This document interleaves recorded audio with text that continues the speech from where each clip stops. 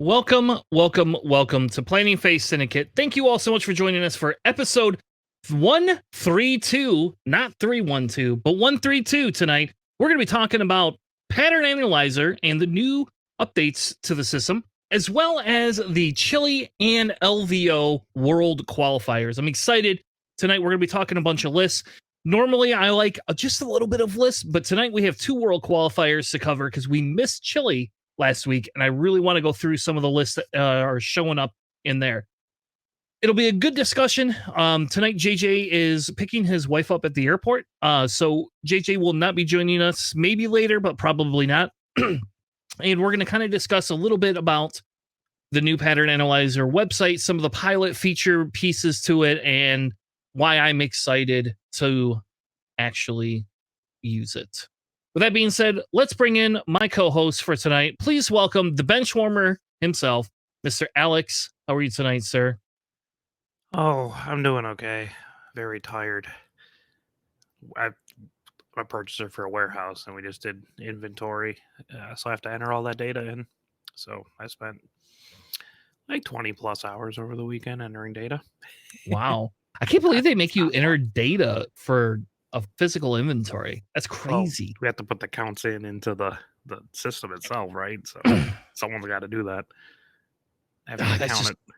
That's just crazy. Our WMS system, like you scan it and you input it like all into your scanner and everything, even for like all that, even for full on inventories. Well, you and your fancy scanners. I guess that's what happens when you work for a larger company. But either way, glad to have you joining me tonight. We had a great win with the Lions. Not that you and I did jack shit for it, but the Lions won. So this is like, I don't know, this is weird and monumental. And normally I'm not a sports guy. I really don't actually care that much about sports, but I really care a lot about the Lions. My father-in-law passed away like 9 years ago.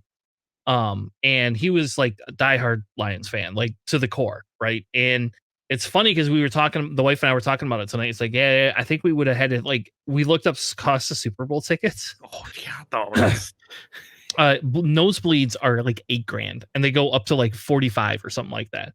And I was like, well, we'd still be buying your day. Like, if the Lions make the play or it makes the Super Bowl, and we were one game away, I don't know. That would be a hard, like, do I like take a loan out of my house to take my father-in-law? But No, we actually set the record.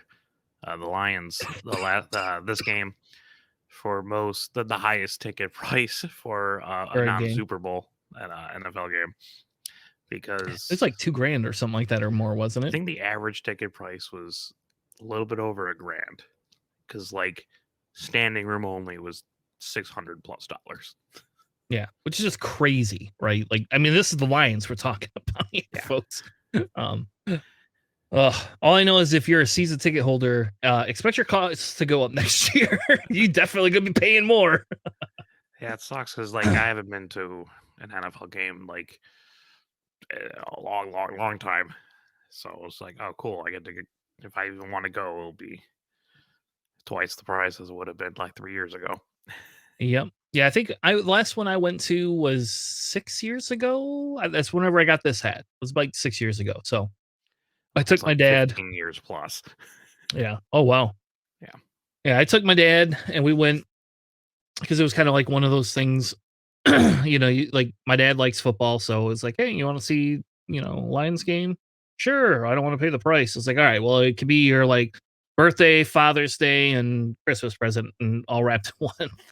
So like me and him and my brother-in-law and my brother all went. And so that was pretty fun. It was definitely a very sobering event because nobody in my family but me drinks. So like, it's like, I don't really want to get drunk in front of you guys. But I don't know. We had pretty good seats. We got a really good deal on the tickets back then, but that was because the Lions were not very good. So we're like, oh, it's 16. It's fine. We did it first. So X-Wing news. So I don't think there's anything major that came out from AMG this week that I know of. Nothing that I found in their forums and nothing that they've obviously posted. Still waiting on if they're when they're going to start leaking spoilers for the Battle of Endor, the rest of them that we haven't seen. So hopefully they don't give us the ones we've seen first. Like hopefully they give us the other ones, the new ones first. But there's I some spite people and just do it all the ones that have already been leaked. I'm sure they will. Like I think that's what they did last time too. Like they did the same thing last time. They gave us like the ones that already had been seen online before they did anything else. Which whatever. I mean, I'm more interested in what the costs are going to be since they are going to be legal for Worlds, and it's going to be interesting to see if. And I think when we do our faction analysis, is we're going to have to take into account these ships. So, and maybe we'll do Empire and Rebels first. Like I don't want to, but I feel like the baseline right now is kind of that rack style list, or some version of a rack list, and then the other one is obviously the Han, right? And so I think that like we need to know if any of these Rebel or Empire pieces are going to affect that based on their costs. And so like I could tell you, for example, when we do the Rebel or the Empire, it will literally be the only thing we do that show. That will be the whole show because I don't know if we can get like even getting through Rebel in an hour and a half to 2 hours is going to be like with those pilots unless we have a cost right away, or it's going to be hard. Um, so, but anyway, before we get into too much, let's dive into our pattern analyzer. We had a cool update from Eekpair here. A couple of new things. You notice there's some new stuff at the top. There's insights, which we kind of had before.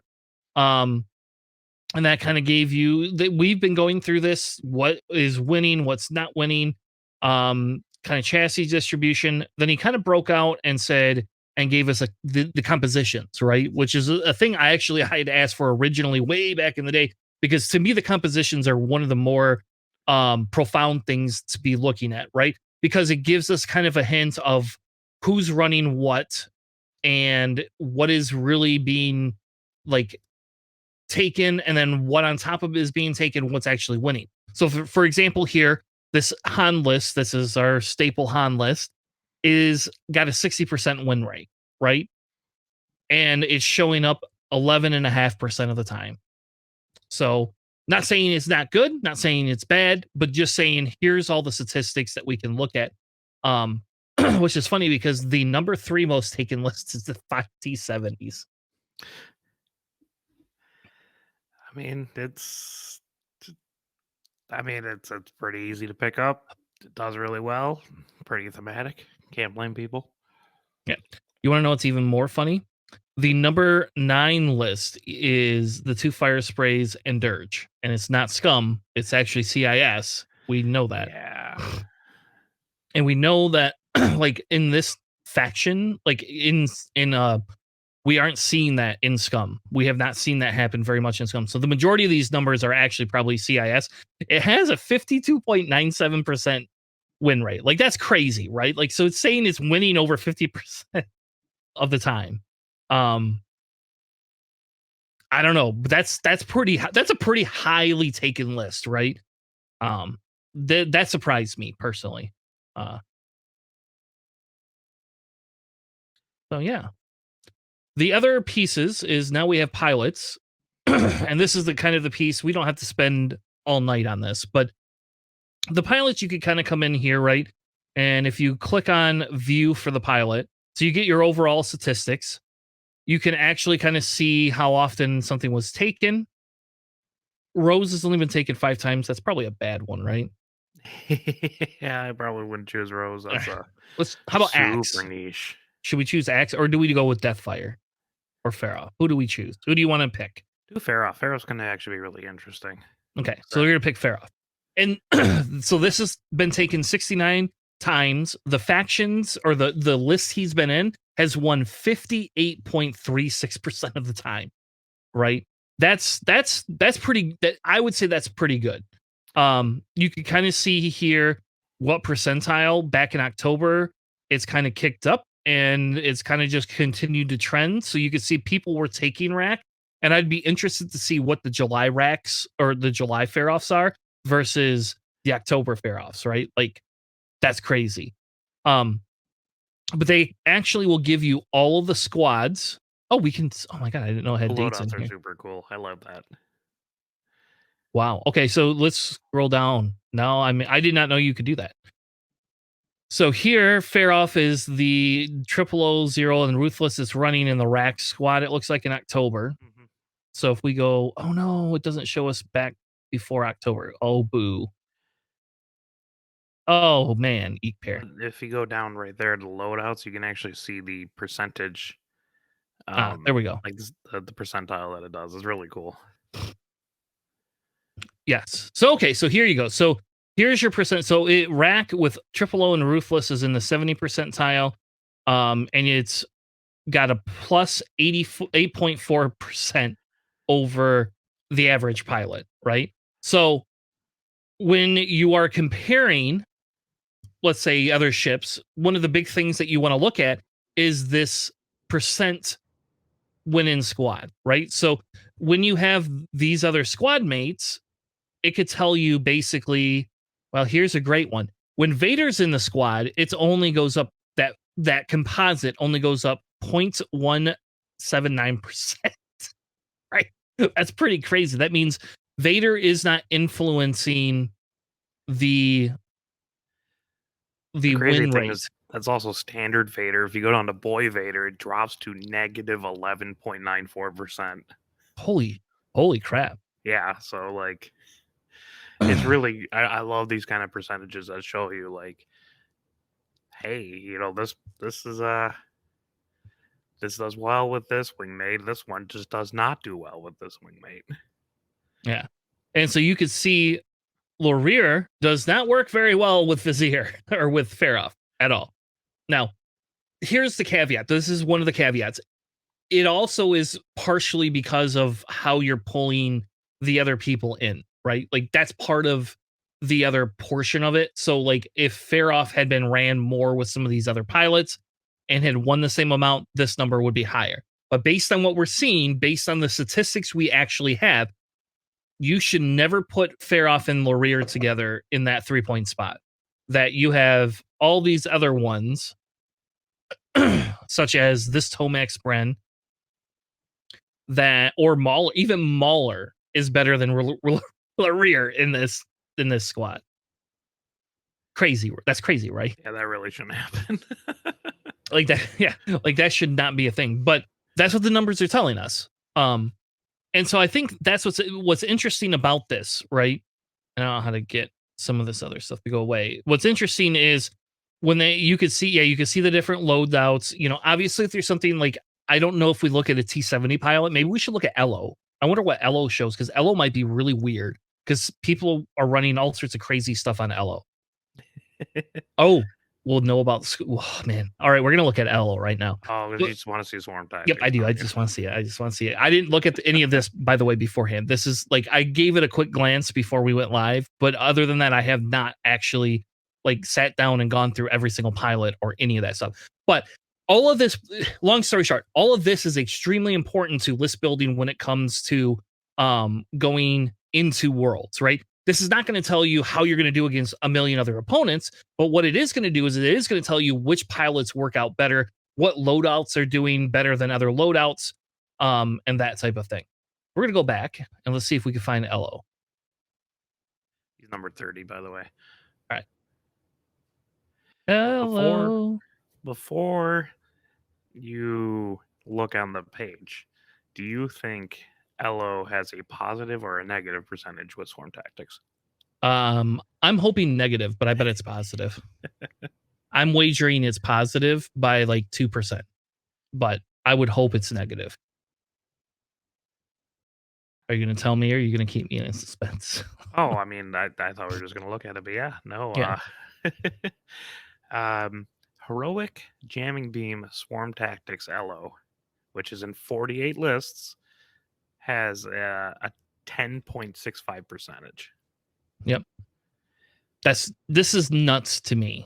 But Predator Swarm Personally. Tactics has a plus 4.9. Yeah. But there is a negative Swarm Tactics one that's Ferrosphere Swarm Tactics at negative 2.24.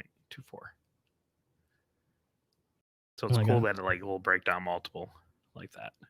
Yes, and so because LO is a heavily taken ship, in this case, it Page is works out huge. very well. Hmm? Yeah, this page is huge just with all this info. Yeah. So if we go look at what is our top LO1, it's only been taken by 6, and this is where I would get a little I would be a little bit more scared, but basically they're saying Ferris Fear, Marksmanship, and R68 is the highest rated one for it. But I don't know. So I don't know, like I think the Crackshot one and the Crackshot Predator one is interesting, right? Like that I wouldn't think would have done as super well as the other one. Biophysical is the one propping most of that up. What's that? I think biophysical is the one propping all that up because I'm pretty sure he brought something like that for like Crossroads. Oh. Yeah, he did a lot of crack shot, predator, bullseye stuff for his resistance list. Yep. Now, if you come down here in the next highest or the high so far the highest taken LO build is Crackshot R68, which comes in at 0.86 versus the Swarm Tactics, which is like 10.6, right? So for a few more lists, it came in a little bit lower. So the question then becomes is okay, it feels like this R6D8, based on what we're seeing here with M9G8, R68, that seems to be the more logically taken LO. Like the ones that do better, it almost feels like that's better than the Storm Tactics. Just saying. Because it was taken in 9 more lists. Yes. As a higher probability to be lower. I don't know if again the crack shot. I think crack shot's just good. I hope AMG doesn't pay too much attention to some of these statistics because I would be very like if you look at this, like if I'm AMG, the first thing I'm doing is changing crack shot and swarm tactics. And if you change swarm tactics, that's gonna like affect every other faction. And I don't know if that's a fair yeah jaunt, right? I don't think Storm Tax is really taken anywhere else right now. It used to be in FO and stuff like that. So Yeah, I mean, I guess there's the whirlwind list, and that's pretty much the only other application I typically see. and here's an interesting thing. If you come in here, I don't see Poe Falcon in here. Right. Ray's down here at less than 1%. And so's Poe Falcon. There you go. Like, so the success rate with Elo is higher with Chorus than any other than other than Zori. Right? Like Zori, I would almost give a little bit more credit to, just because Zori has a lot more list squads with it, right? Though Jess is up there.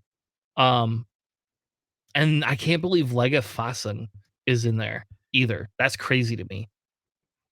I mean, it's just chunky, beefy Y wings, right? I'm sure there's some sort of support in there. Yeah. With maybe Lando, but I don't know. Yeah. You'll see it occasionally, like Lando with the 3 Y wings and Elo, right?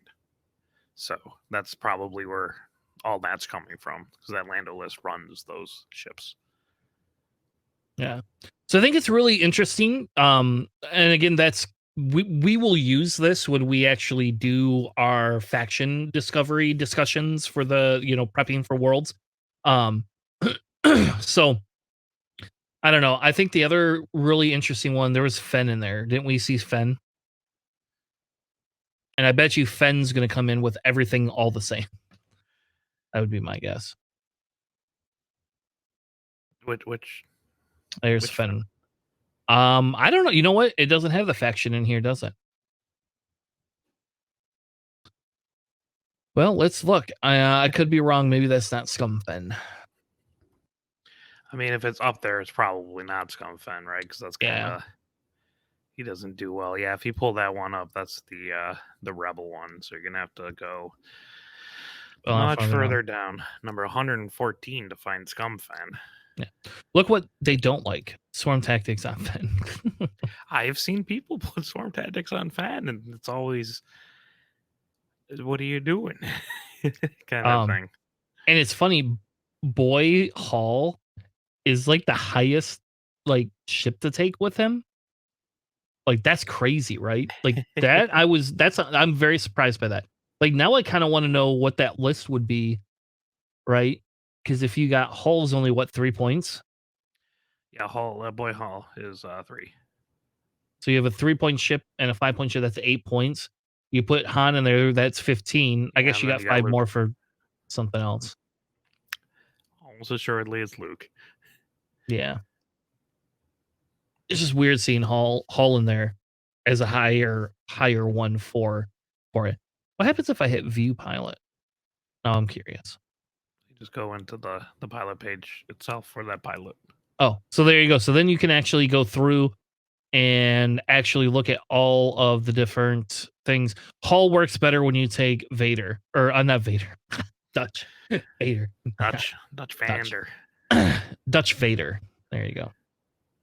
Look That's at that. and it gives you a count on the side, right? So you only got 7 Dutches in a list with them, or 9 Fenrows with Hall.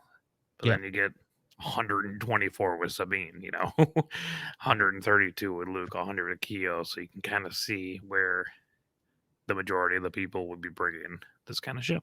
And that's really cool data. Yep. And you can see here, this is where Wedge is starting to lose some of that. And I wonder if that's because in that 3-point slot, right? You would rather take Keo than you would Wedge. Yeah, I think most people, as shown by this data, will rather take Keo than Wedge.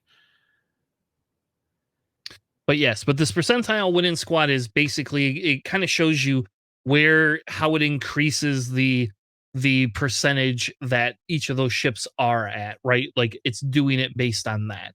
And I think that's the interesting piece of it, because obviously this number is an average. And if you didn't have certain pieces, it would not bring that average up. And again, there's a little bit of variability because it's not taking this direct 15%.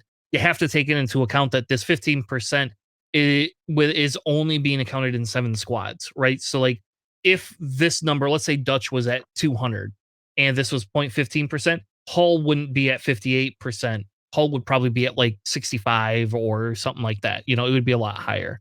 Uh, and you can kind of see the trend with Hull in terms of where he ranges and ranks is closer to this year as people flushed out where he belonged. So I think it's neat data. I don't know about you, but I think it's neat. I think he did upgrades too, but for now we're gonna not go into upgrades because I don't know. Like I would actually have to sit down and talk through like complexity levels of that. So Yeah, and a lot of upgrades. Some of them are much more meaningful than others, right? Because you're not going to, like, marksmanship is basically in like every damn list. So is gathering data on marksmanship more useful than gathering data on something like plasma torps or proton torpedoes, engine upgrade if you're kind of leading towards that? So it kind of I'm not sure how much you can glean just by like looking at frequencies and counts and all that kind of stuff, because Asphoils is the second most taken one at 2300. So that just means that a lot of people are bringing T70s, and it's all the same stuff: marksmanship, Asphoils, Predator, Beskar, barrage rockets, heroic. Nothing we haven't seen before, everything we can just kind of glean already.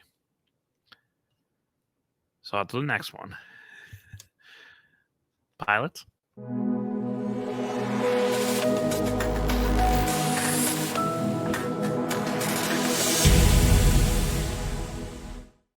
all right.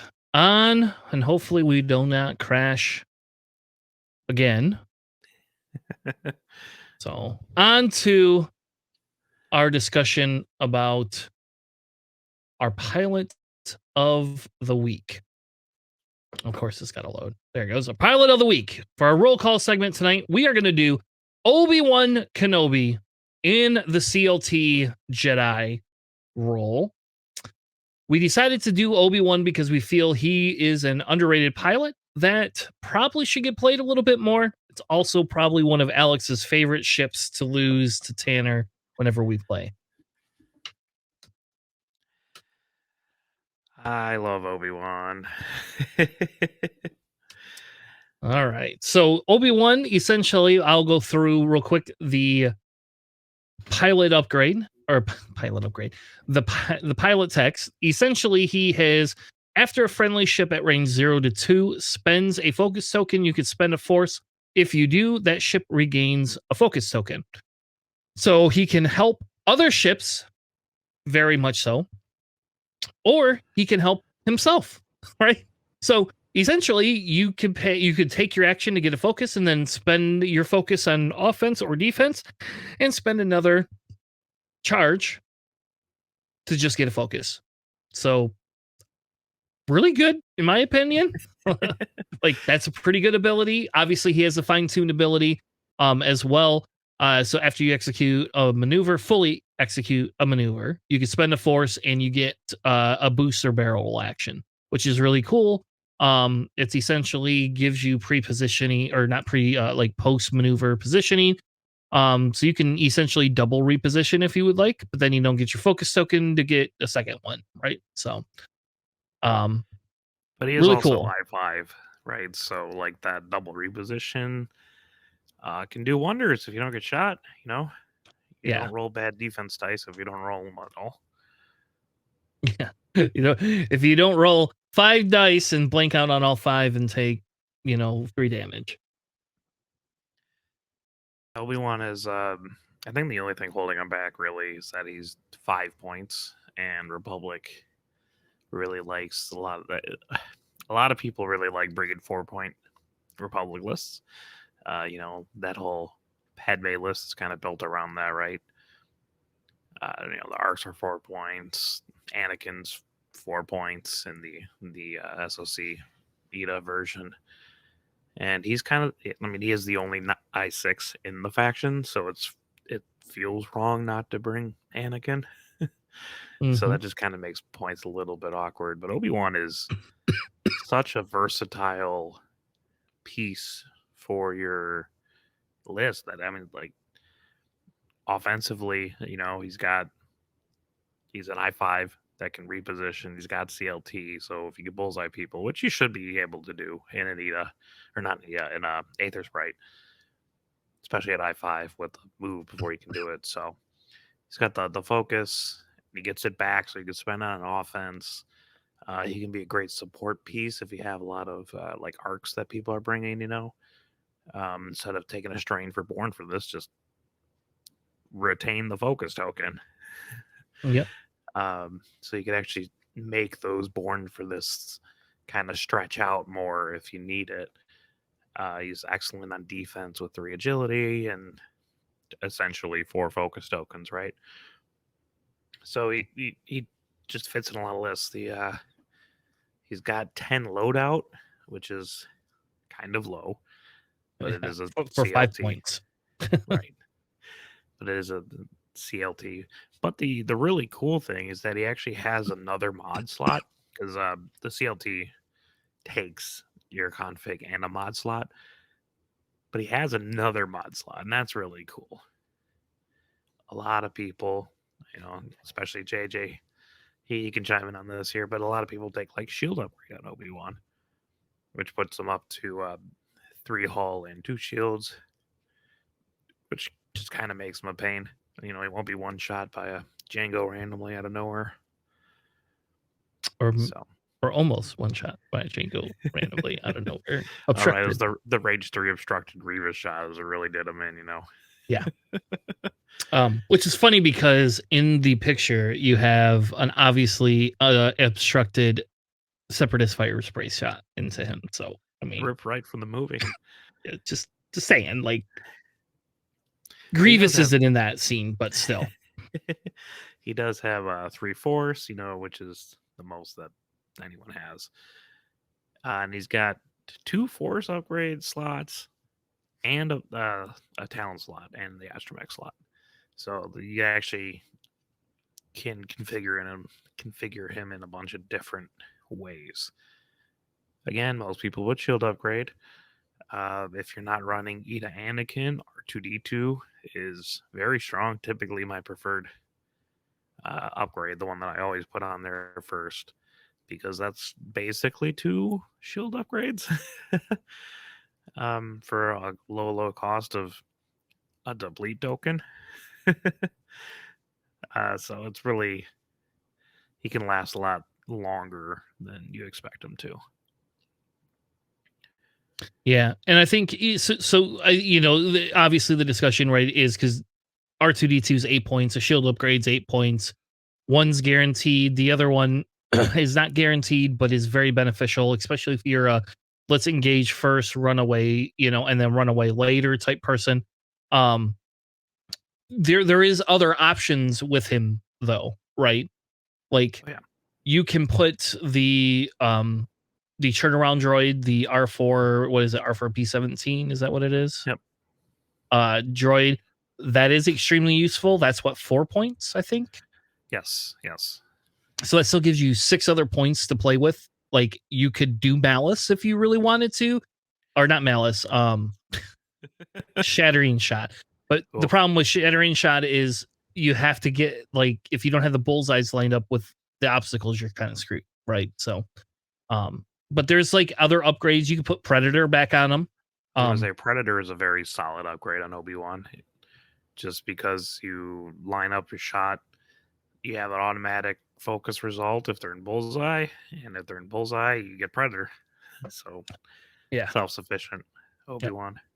And so that Predator and the Astromech for 7 points still leaves you 3 points left over then.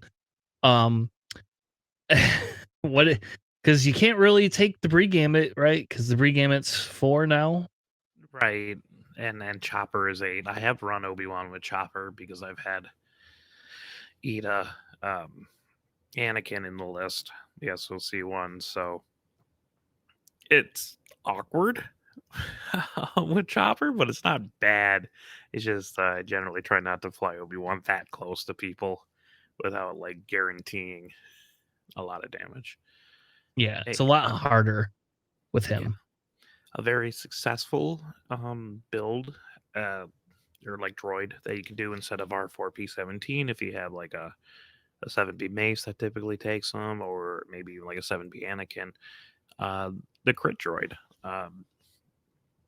R7A7 is actually really solid on him. You could pair it up with marksmanship as well.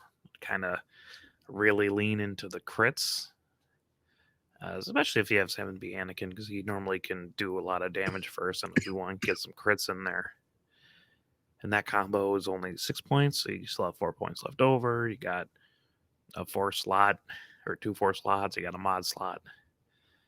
Patience isn't too bad either if you are playing a more support kind of role or getting shot at a lot. It's not a bad insurance to give them essentially more focus tokens. Yep.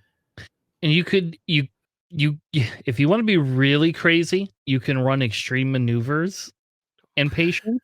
Like, I'm not going to tell you it's the best build, but you can run the extreme maneuvers and it does work on the i5s pretty decently. And then you can just get your thing back from patience, but you're really stripping his focus there. So it's like a once a game type thing. Well, you can use extreme maneuvers with fine tuned controls. It just costs you 2 force. Yes. So you can do the one hard and then like a focus, but you probably should have just dialed in a better maneuver at that point, honestly. But I like his just versatility. He can be just kind of whatever role you need him to be. In a bunch of my Republic lists, I will use him as like a support piece for a little bit just to survive the opening salvo with as little damage as possible because I'm just feeding focus tokens to whoever, and then just start acing people off the board with Obi-Wan. I'm just putting consistent damage. Um, just to take people out. Like he can hit really hard. You know, when you slap Predator on there, and crit bot, and you got 2 points left over for patience. It works pretty well. Yeah, As like an AC ship. Yeah, the sad thing is he doesn't have 2 talent slots, because if he had 2 talent slots, it he would be able he would I guarantee you he could be used a lot more with 2 talent slots, because you would then be able to do, like, Crack Shot Predator, right? That would be a really good one, or you can do Predator Lone Wolf type thing, and you would like, Lone Wolf is amazing on him as well. Not as good as Predator, Well, I don't because like Lone Wolf. It conflicts with his ability. He wants to be in range 2 of his friendlies. blah. Look how look what it gets you, a dead OP1. Um, Sure. but in a smaller list, in a 4-ship list, it would be better, or even a 5-ship list. But he doesn't have 2 talent slots, so we're negotiating over nothing, because in reality, you would never take Lone Wolf over Predator with Obi-Wan. You just never would.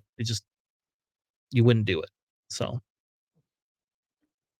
Yeah, people need to like. I mean, arcs are pretty efficient, right? And uh, people still play them, even though they're really easy to kill, guys.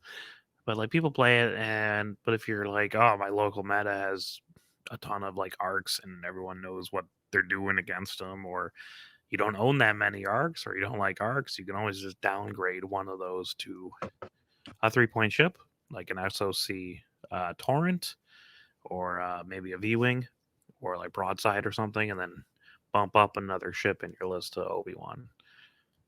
But again, it's just so versatile. The chassis super versatile. His upgrade selection is very versatile. His playstyle is versatile, and that's kind of what I like about him. And he can yeah, be really annoyingly tanky if you roll a lot of focuses and paint. do you think he'd be broken if he came in at 4 points? Ooh, I mean, he is I5, double repositioning, Aether Sprite. You don't have any of the other, like all the I5s cost 5, or and Anakin's at 6. I think that's what honestly is what the line is for the CLT Jedi. It's just if they're I5 and above, put them at those 5 points. Because what if we swapped Oddball in the Arc for Obi-Wan Ada Sprite, and Oddball became 5 points and Obi-Wan became 4 points? That would be a lot more fun list to run, I'll tell you that. Yeah. I just think a double repo ace that can double reposition for no stress at I5 with a really, really good ability. But I just push it a little bit too much. Probably. All right. Well, that concludes our roll call segment, as we wanted to talk about underutilized ships, and we promise we won't do Republic next week. We'll find another faction. Though we have a couple other Republic ones, and I think that's because Republic feels a lot less solved of a meta. Personally, for me, at least, that's kind of how I feel. Is Republic is a little bit less solved because everybody's running the Arcs Padme Anakin list, right? So I don't know. Yeah, you're seeing the like 6-ship Republic pop up more now, but I still think there's a lot more in Republic and FO that people need to look at. All right. Well, why don't we move on to the meat of our cast? We're going to do our pattern analyzer segment, where we are going to talk about some of the store champs. But this week, we only got one store champ and then 2 world qualifiers.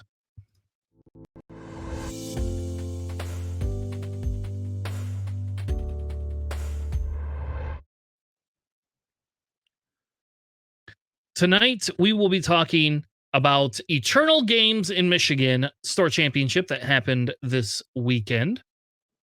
Looks like we had one 4-0 player. Congratulations to Mark on the win. I don't think Mark had his invite yet, so kudos to him getting his invite.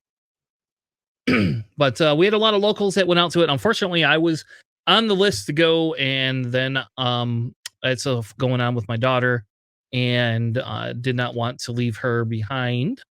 So I hung out with my daughter for part of the day, and hung out with her, and that was cool.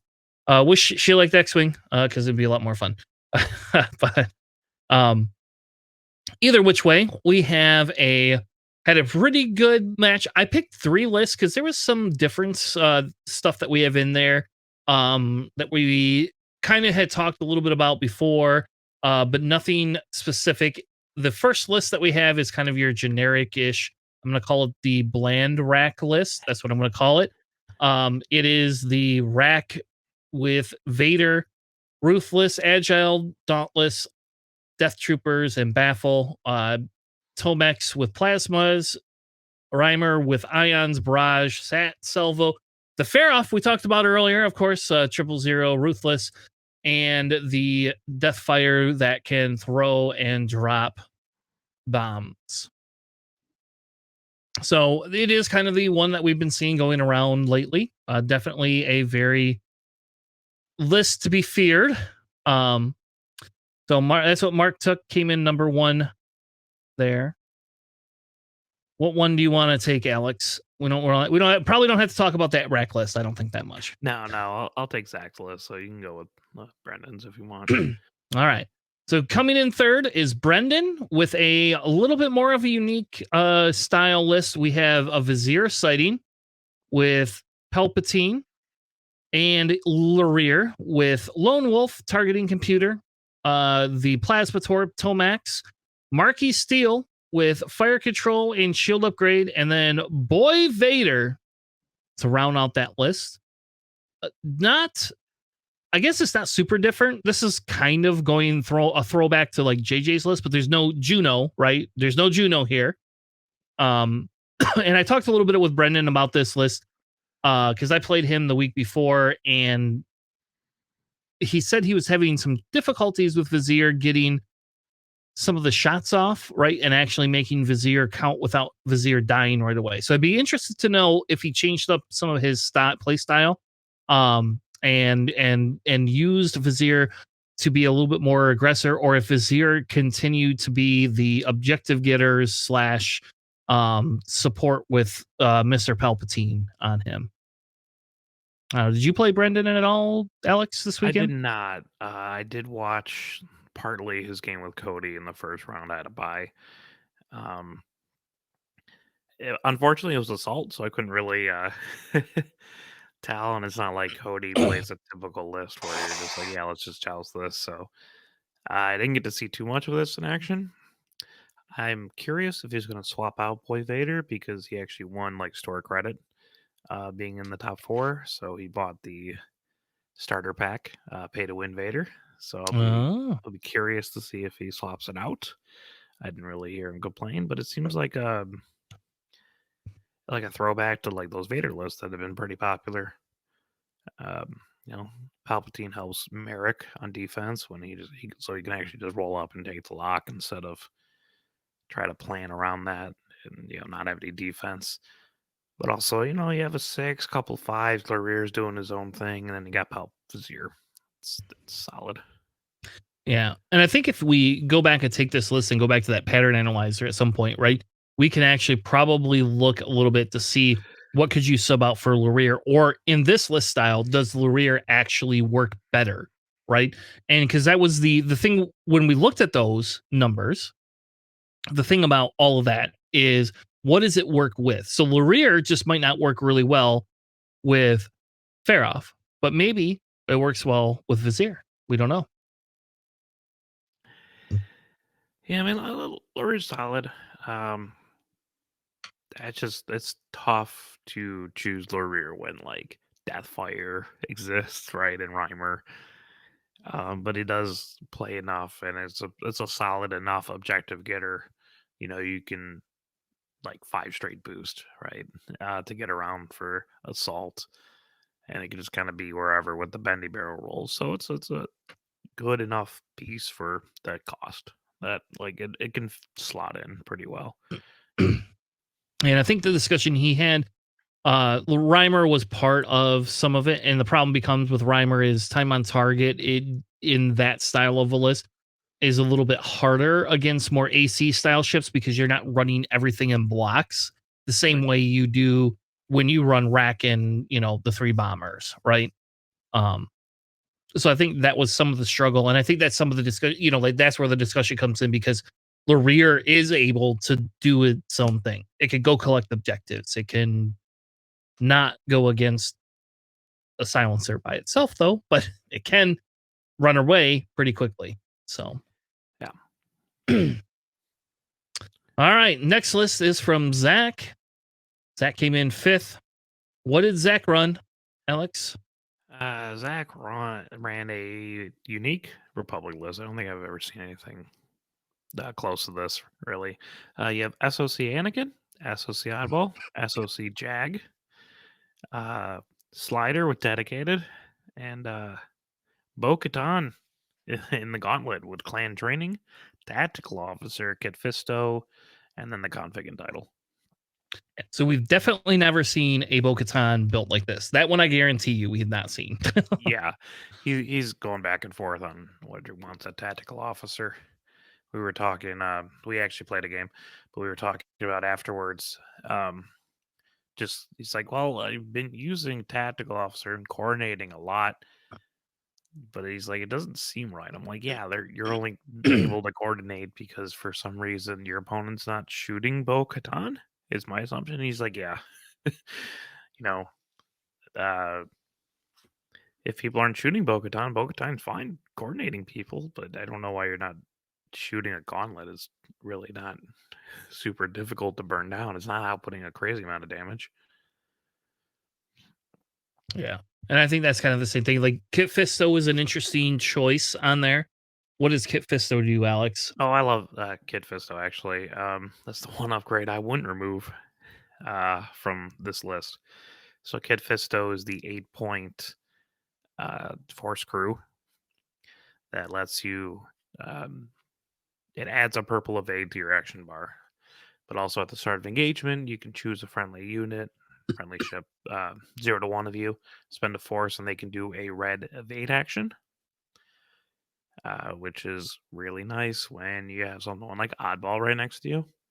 You know, Oddball rolls up and focuses, then you give him the red evade action. So now you can pass the evade with Born for this, and he gets a lock, which he did in our game. It didn't do anything, but he did it.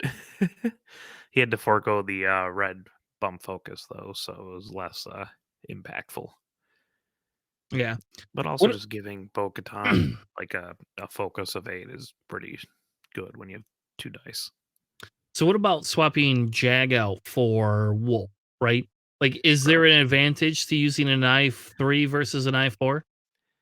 Well, Jack just gets locks much easier. Um, it just outputs more damage than Wolf. Wolf's honestly just not as good as Jag, in my opinion. I've always been saying that, right?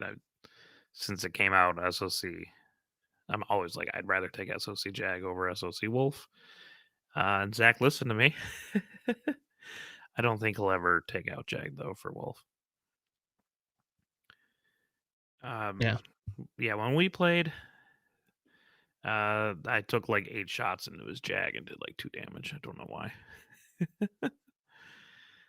So it worked out well for him.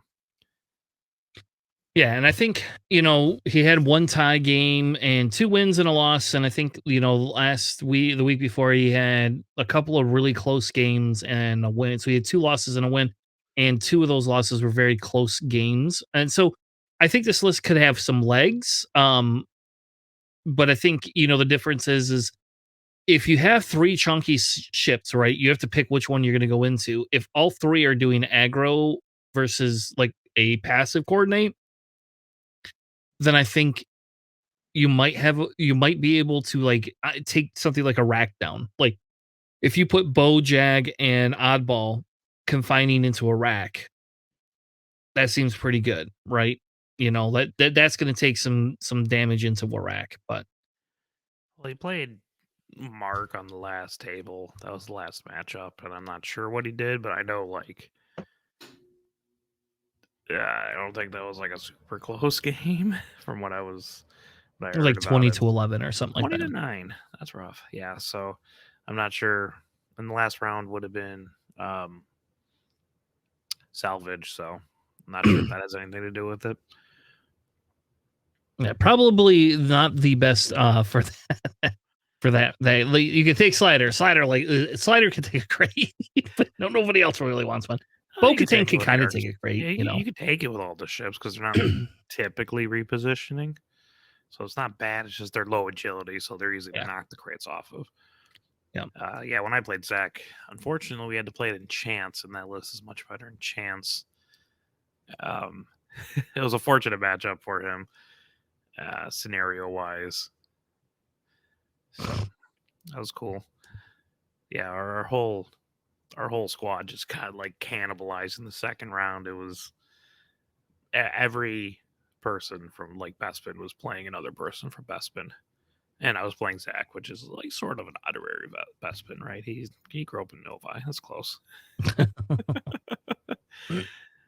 Yeah, actually, another thing we were talking about is the possibility of putting a wolf pack onto Bo-Katan. It wouldn't work well in this list because this list is already very target lock efficient. But if you don't have a lot of target lock generation, Wolfpack's actually pretty cool on Bo-Katan. Just and so if you sub Jag out for Wolf, right?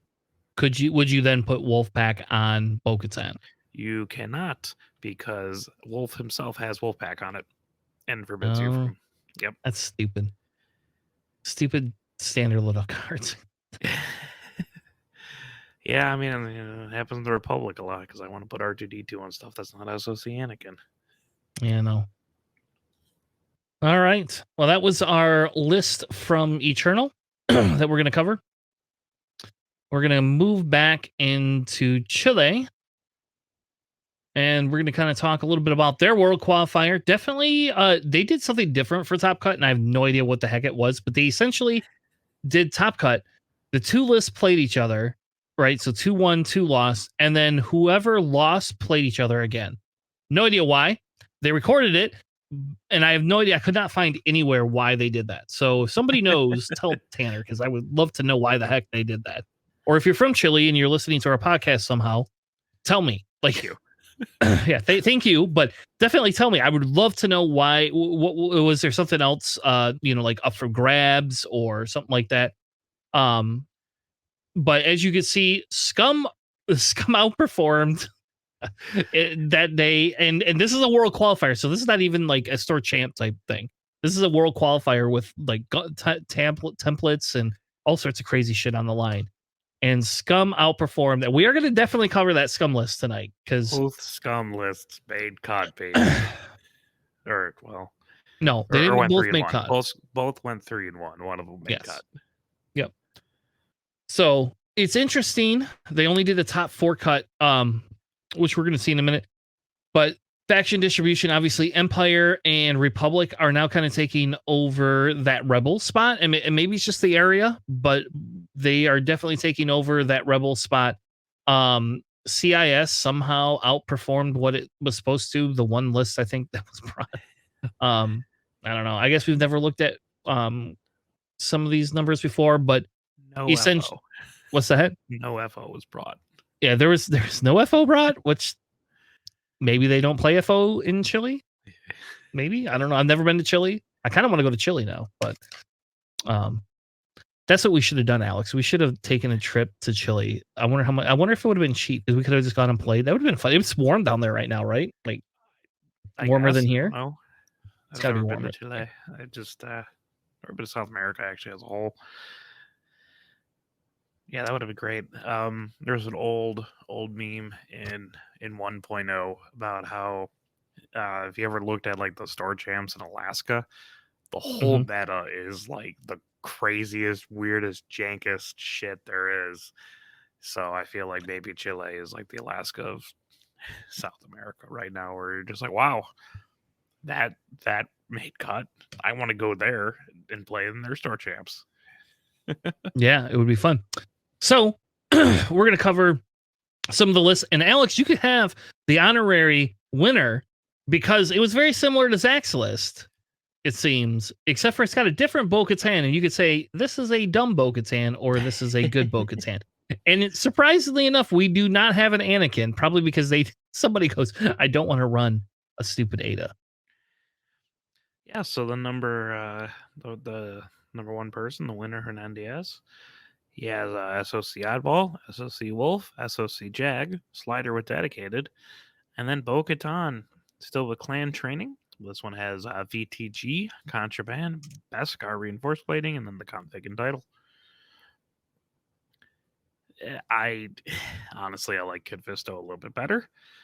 But like that's a solid way of building out Bo Katan.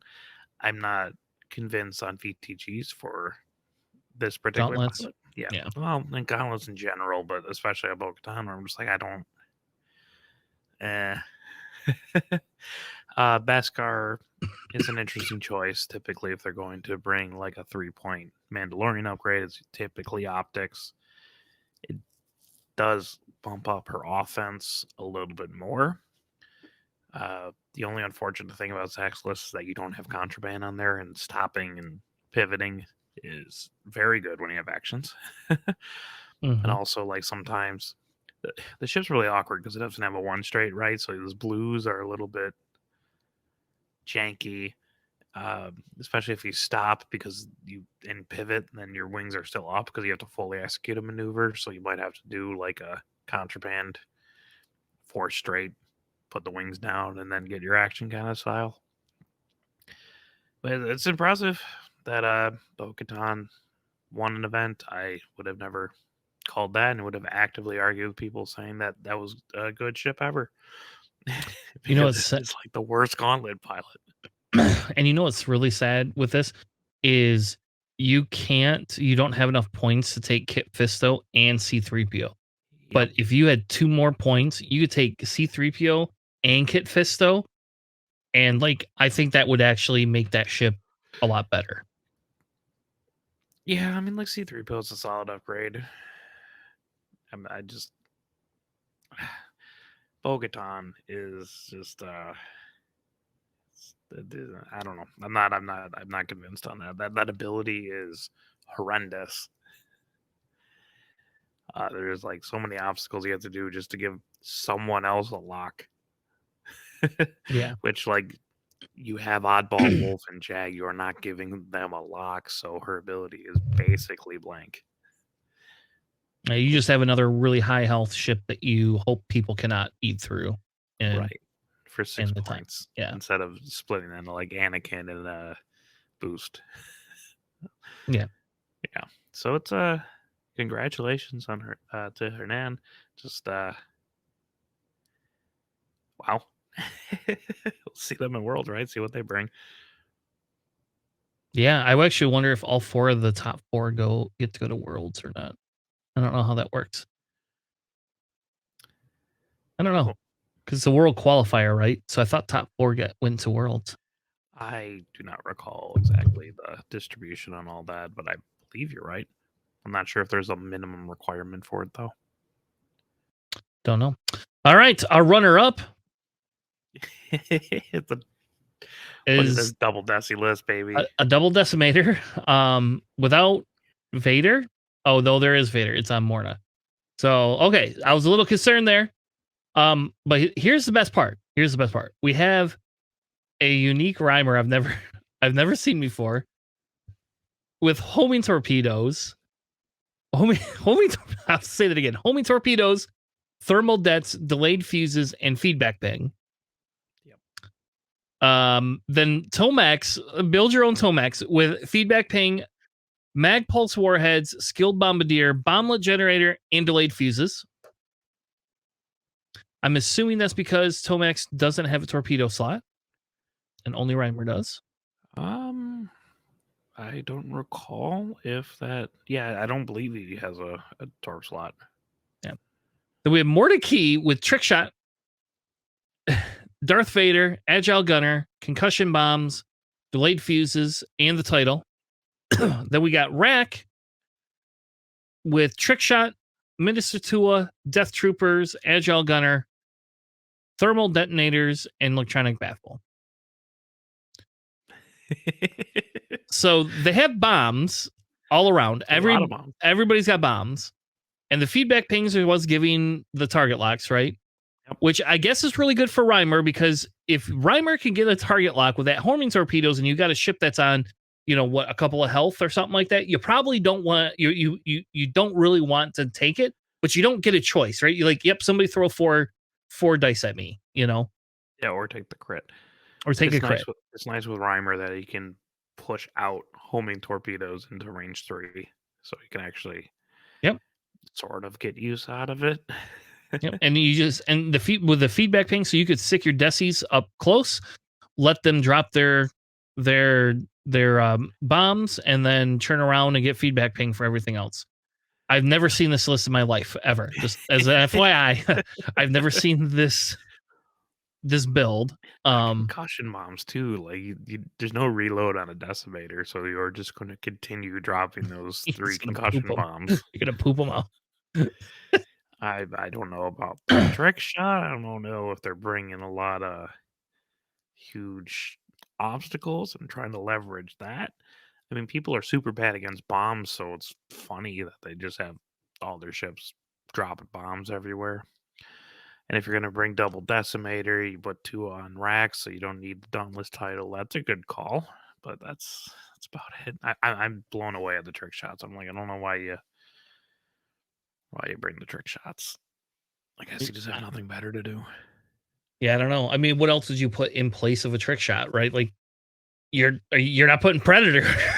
Well, yeah, I mean, like, not predator and ain't elusive either, but like Morna has another Crew slot. crew. Yeah, you can put like novice tech because those things die really fast.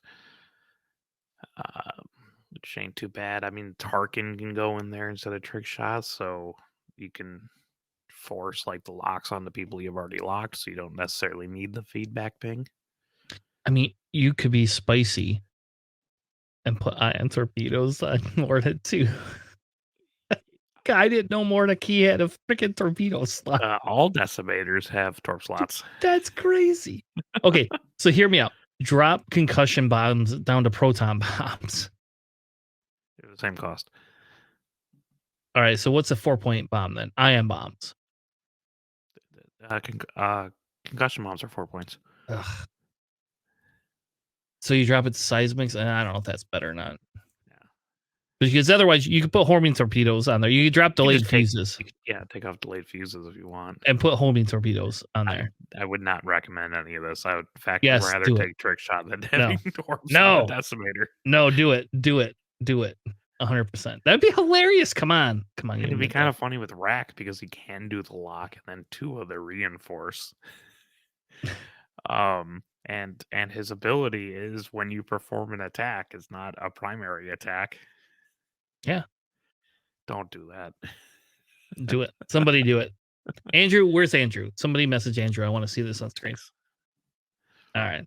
Let's keep moving. I don't know what to say about that double deci list other than A shocking lack of ruthless in there too, just to really make the shots accurate. I mean, see, that's what you would like.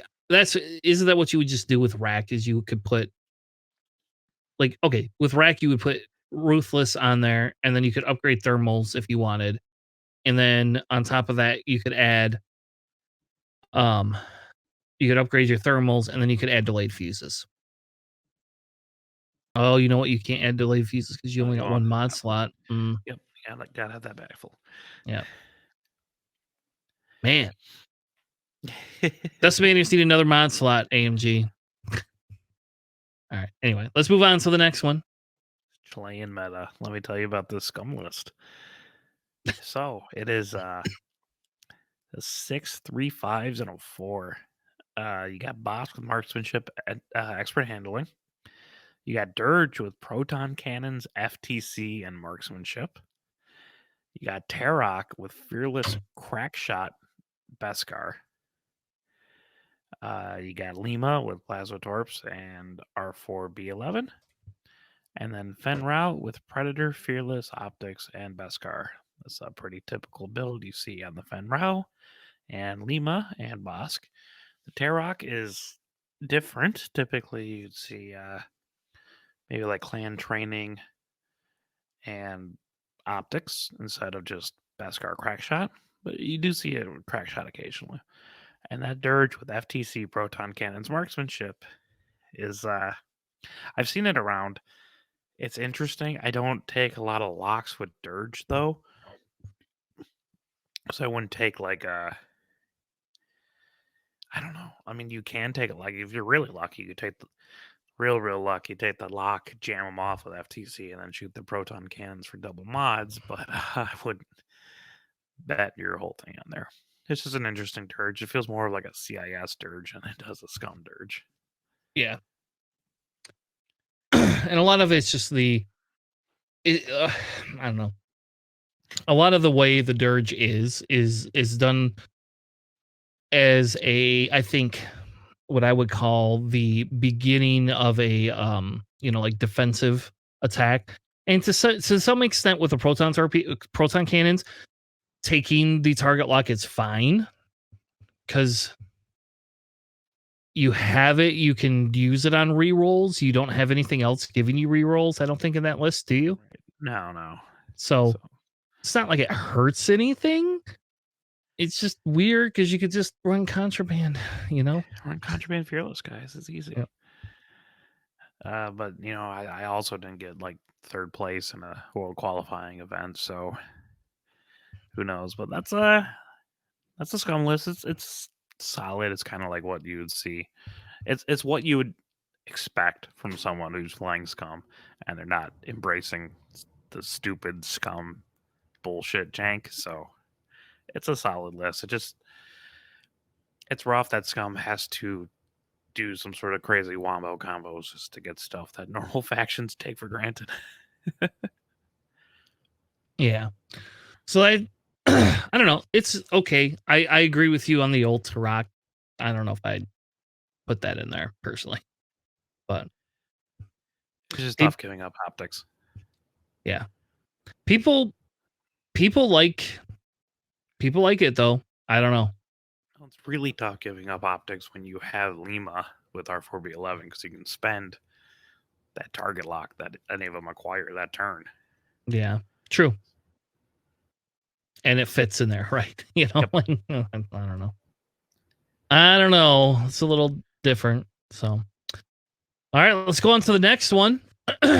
In fourth place, another Empire list with none other than Rampage, baby. We got Rampage, a sighting of Rampage with not only synced laser cannons, Agile Gunner, the title, and Lone Wolf. Definitely got Lone Wolf in there, right? Got to throw Lone Wolf because you can. I guess if all your other ships die, Lone Wolf is pretty useful. Well, it depends on if you're running Rampage by everybody else. So Rampage, just so everybody knows, Rampage's ability is after you execute a speed 3 and 4 maneuver, you may choose a ship in your arc, essentially, at range 0 to 1. If you do, that ship gains 1 strain token or 2 strains if you're damaged. And so, because it has no shields, the first damage it takes, like, it triggers. Like, Rampage triggers. I don't know if I want to tell you Rampage is good. I mean, but Rampage triggers right away. Rampage is 4 points. That's the cool thing. I don't know if you need Agile Gunner on them either, right? Like, Agile's super nice on them, honestly.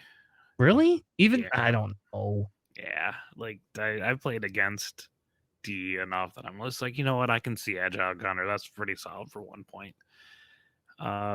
Rampage is also kind of funny because it's not like fully execute, right? So you can just like 3 bank into someone, smash into him, and give him a couple strain tokens, which is fantastic to me. Yeah, can you imagine if you? So think about it this way: what if you 3 bank or whatever, run into your own ship, roll a die, take a hit, and then give out the strain to the other ship? That would be so terrible. Oh, that would be so bad. So unnecessary. That would be what I would want to do. All right. Anyway, then you have Tomex, Bren, and Captain Jonas and Reimer, all with Barrage Rocket, Set Salvo, and Bomblets on Jonas and Tomax, and Reimer has Seismics and Delayed Fuses. Then you have Boy Vader in the list. So that I mean, kind of list rounds out the list. hits super hard. Yeah. It's funny that I'm sure his friends bet him that he couldn't make cut with a A tie rampage. RB. Yeah, Yeah. tie heavy, but I Or mean, he it hits really super just hard. likes it. I don't know. Maybe. I mean, you hit someone, you give them 2 strains, you shoot barrage rockets at them, and you have Sat Salvo.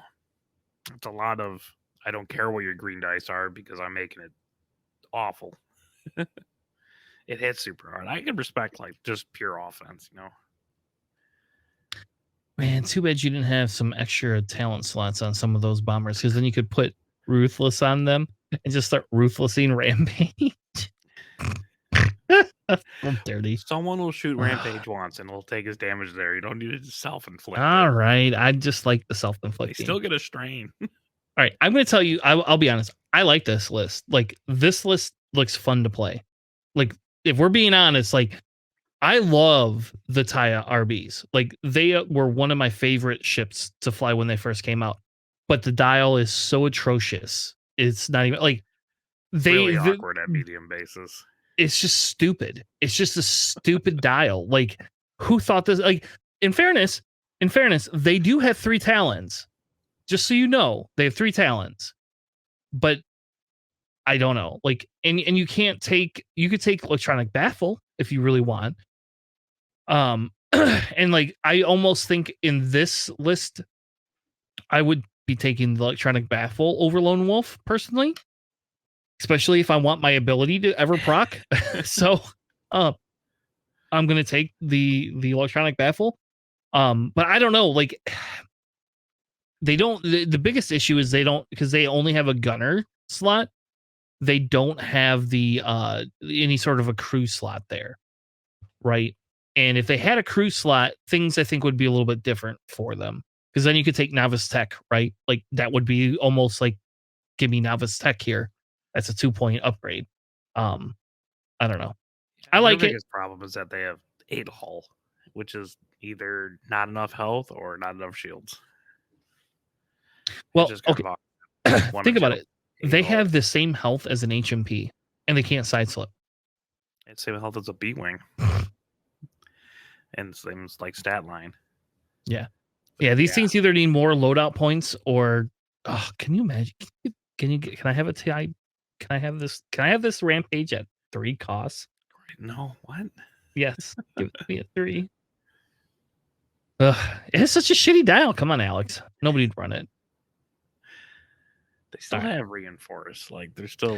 It is true. And it's white reinforced too, of all things. Yeah.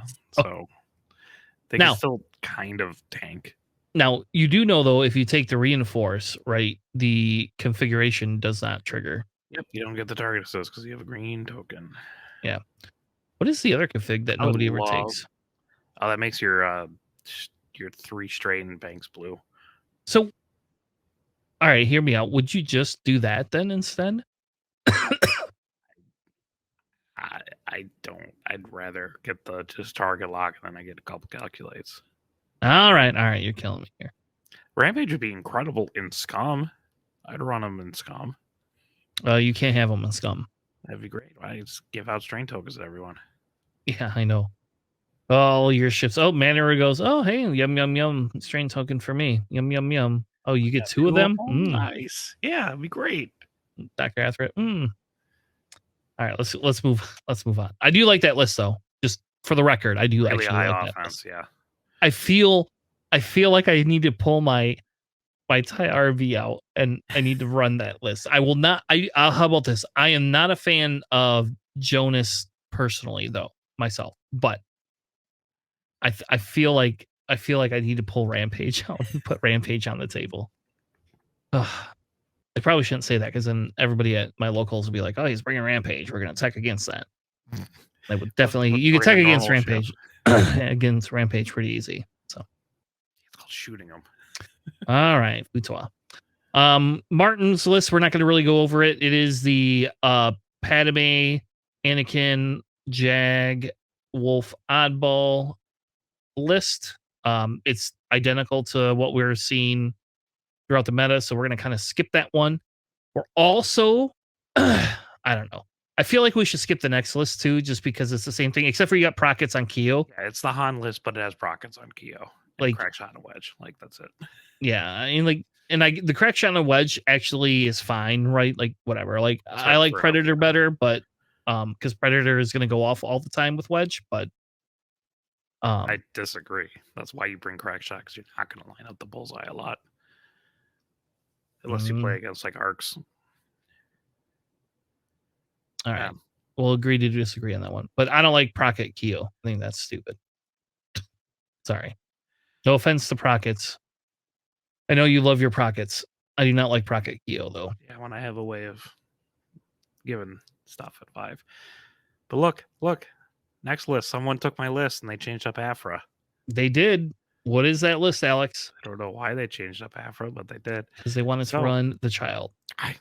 So this one, it is the same pilots as my scum list I flew for most of the season. So you got Lima with plasma torps, R4B11. You got Cad Bane with marksmanship, proton cannons, contrabands, Xanadu. This one has proton bombs instead of like Lazarazi that I have on my list. You got Boss with marksmanship, deadman switch. You got Manaru with I've seen this. This is actually very close to, if not exactly, Andrew Ohler's list. That he modified my list to bring that list and went like 4-0 or 5-0 in Swiss. So this is Manaru with Cutthroat Gar Saxon overtuned, Punishing One, and R5P8.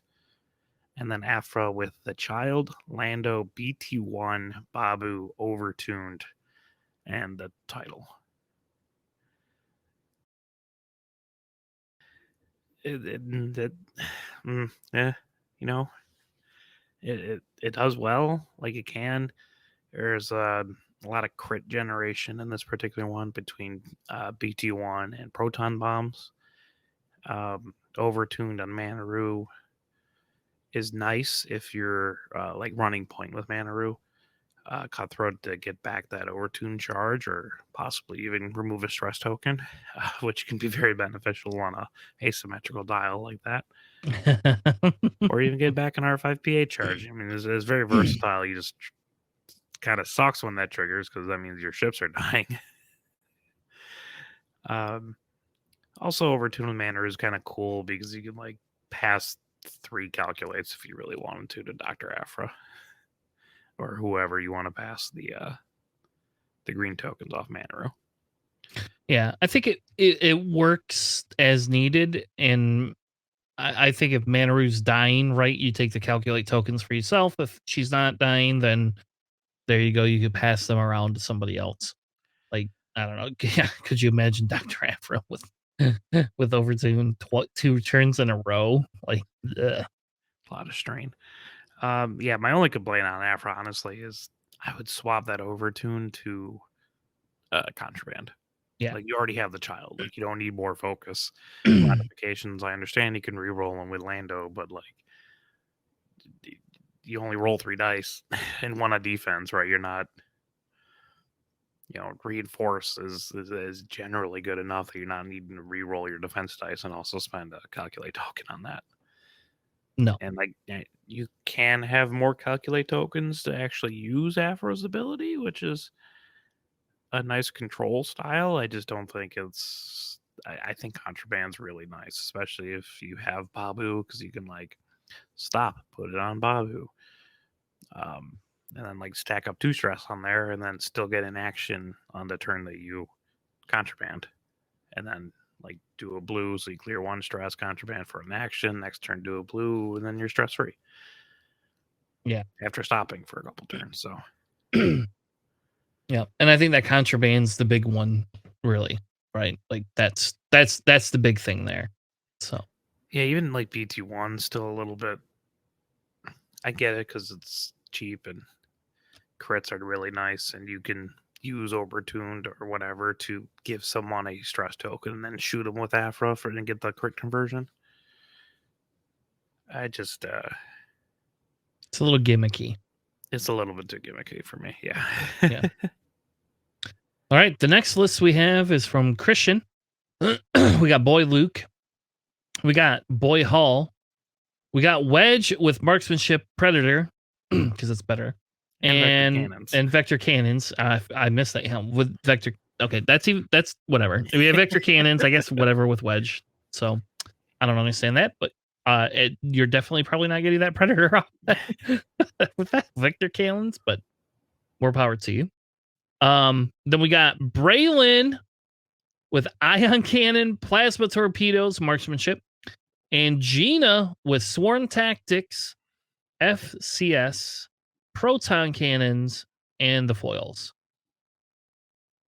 I don't understand swarm tactics again, but whatever. I mean, people like that shit. I guess because swarm tactics Braylon, is that who you do? Braylon I mean, or it's kind of Hull? any of them. They're all I4. Like your swarm tactic comes up one pilot skill. Yeah. It is those swarm tactics can be plasma torpedoes, and that's typically what you see on Gina. It would be like proton cannons, plasma torps, FCS. The Braylon's kind of cheeky with that ion cannon too, Yeah. because like generally you're not taking a lock with Braylon because he gets rerolls when he's stressed. So typically you just do like the focus barrel roll, so you have a focus mod. Mm-hmm. But I guess if you really wanted to, you can shoot someone, get the rerolls, and spend your lock and shoot with an ion cannon with rerolls. I could see it working. I could see it's probably situational, but um, I could see it technically working. Does Braylon have 2 cannon slots too, or just 1? Braylon does have 2 cannon slots. Okay, so you could take proton torpedoes or proton cannons too. Yeah. Uh, I feel like Nine Nub might be just like a better person to roll in this. I mean, I guess Gina can pass like Braylon the stress too, right? So Braylon doesn't have to do the roll lock.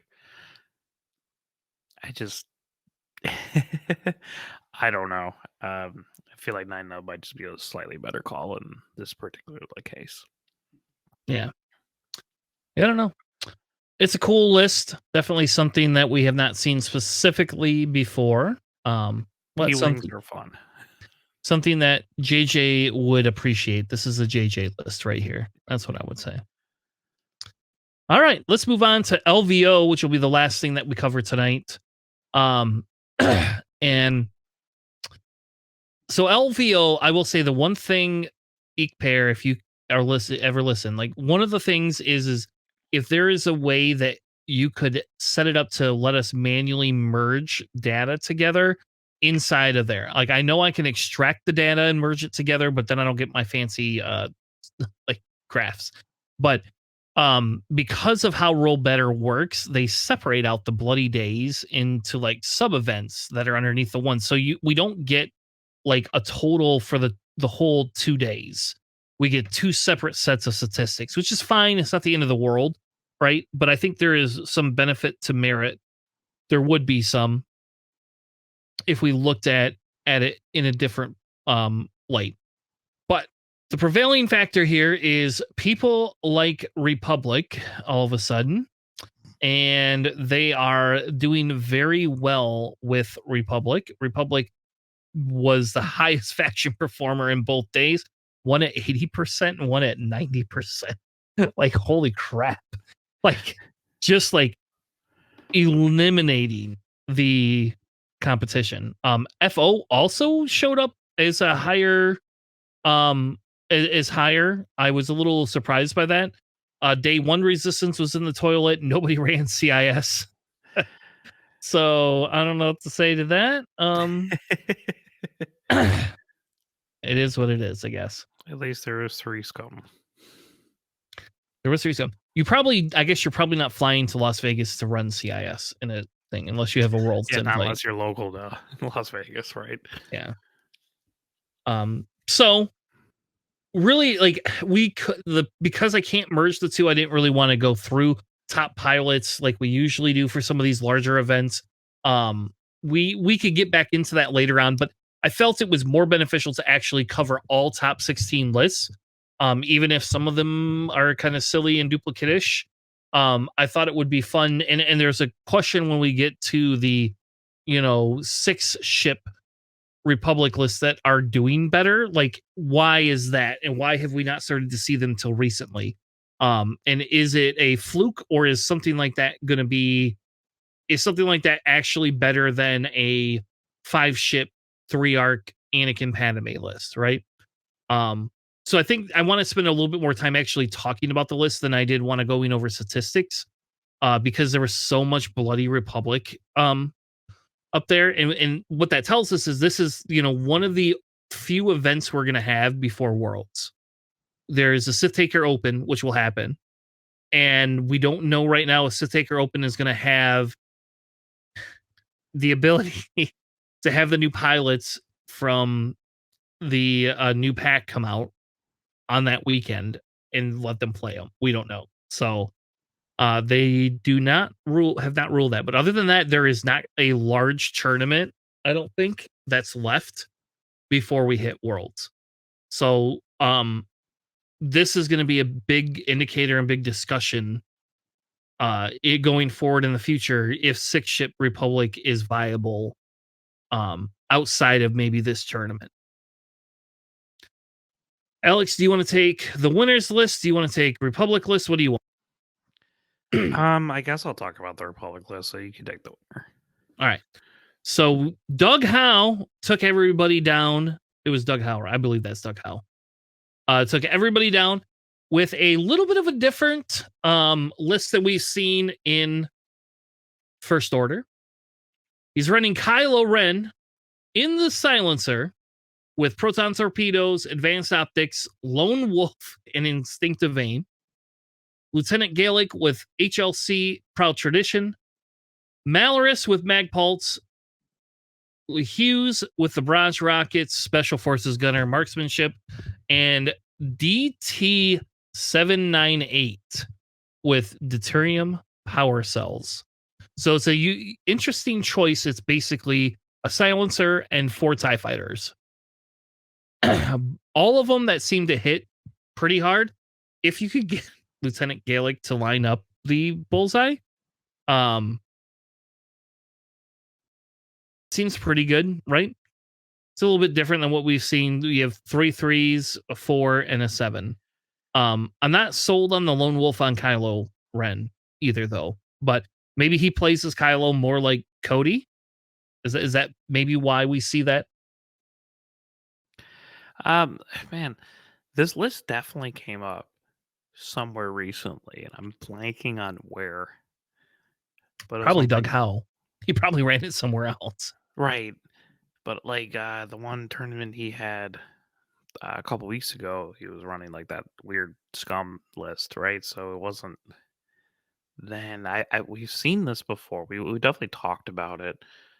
Um, but like that, I mean, if you fly Kylo away from the rest of your ships, which is really easy to do, that lone wolf, so you get the reroll, you get optics, you got instinctive aim, so you can hit I6s is pretty nice. Gaelic is an I5, that can line up an HLC shot, which is not something you're normally expecting from a TIE fighter. Mag Pulse on Malor is always really nice. Got the Hughes, Barrage Rockets is like our preferred run, right? So it's just a lot of solid offense. There's definitely more in FO than what people have been running. Like you'll see like a very generic like Kylo Whisper plus like what we've been running, right? So you got Kylo Whisper, you got Blackout, you got all these like supporting pieces. But this one is definitely very unique. You lean real heavily into that Kylo to just do a lot of work and really a lot of offense. Yeah, and that Kylo's got to live. Like, you cannot let them kill that Kylo, you know? Yeah, that as long as Kylo's flanking between the lone wolf and the optics, you should be doing a lot of damage. So the question is, do you get rid of Lone Wolf or do you leave Lone Wolf there? Like, is Predator a better choice than Lone Wolf? I don't honestly playing a lot of like Kylo. I wouldn't do Predator because you want Kylo to. He's points. You want him to kind of not be squarely like in line with people. You want him to kind of shoot. Like it's really hard to describe. You want him to like not be like running towards other people's stuff. So you don't want people in the bullseye. You want to like kind of do as much like side arc shots as you can. Like at a weird like 45-degree angle kind of thing where you're just like barely clipping people. That way he has multiple options for escape routes. So Hmm. I'm not sure if like Predator would be really useful. I think Sensor Scramblers is really, really nice, especially if you're having Lone Wolf. But I understand that like Instinctive Aim will really help against I6s or other I5s if they moved after you. But man, Sensor Scramblers is really nice just to get Kylo kind of where you want him.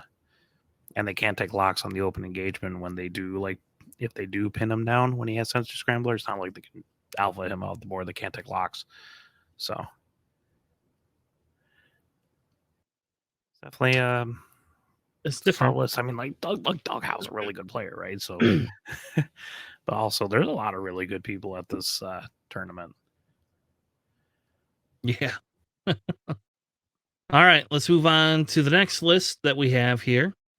Alex, what did Jokus?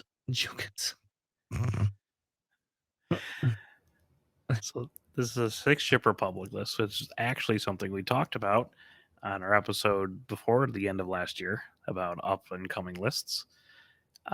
This has SOC Oddball, SOC Wolf, SOC Jag, SOC Axe, SOC Kickback, and then this one has Boost with Predator. And I always love me some Boost. Arc Dodge, everyone with Boost. Yeah. Yep. Yeah, Boost is yeah. You don't boost. You just ignore. Just let boost do boost things. and you get some minor offense with a Predator. But this is just like kind of like a, how would you describe that? Not like fatigue, but atrophy. It's like an atrophy list, right? Where it's like, I just don't think you have enough offense and time to kill all my ships that can share focus and evade tokens with each other, Mm-hmm. and has enough 3 die guns to put some meaningful damage into like similar lists or lower agility lists. Yeah, because I mean, especially with Axe being able to take that focus token, right? Like that's just so good.